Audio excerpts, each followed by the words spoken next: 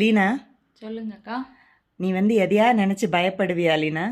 நம்மளுடைய வாழ்க்கையில நம்ம ஏதாவது நினைச்சு நம்ம பயப்பட்டுட்டு தானக்கா இருக்கோம். ஈவன் நம்ம டியூட்டிக்கு போறப்ப ஏதாவது நடந்துருப்போங்கிற ஒரு பயம் நமக்குள்ள இருக்குல்லக்கா. அந்த பயம் வந்து மனுஷங்களா இருக்கிறவங்களுக்கு எப்பவுமே இருக்குமா. அதனால தான் பைபிளில் வந்து எத்தனை வாட்டி வந்து ஏசப்பா வந்து பயப்படாதேன்னு சொல்லியிருக்காங்கன்னு உனக்கு தெரியுமா? எத்தனை தடவை சொல்லியிருக்காங்கக்கா?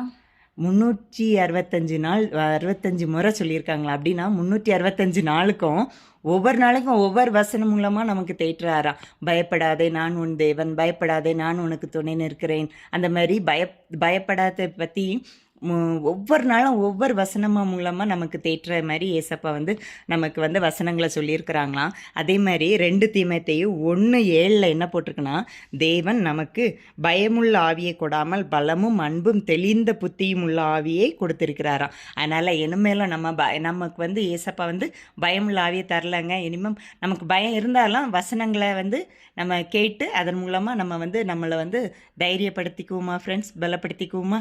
பாய்.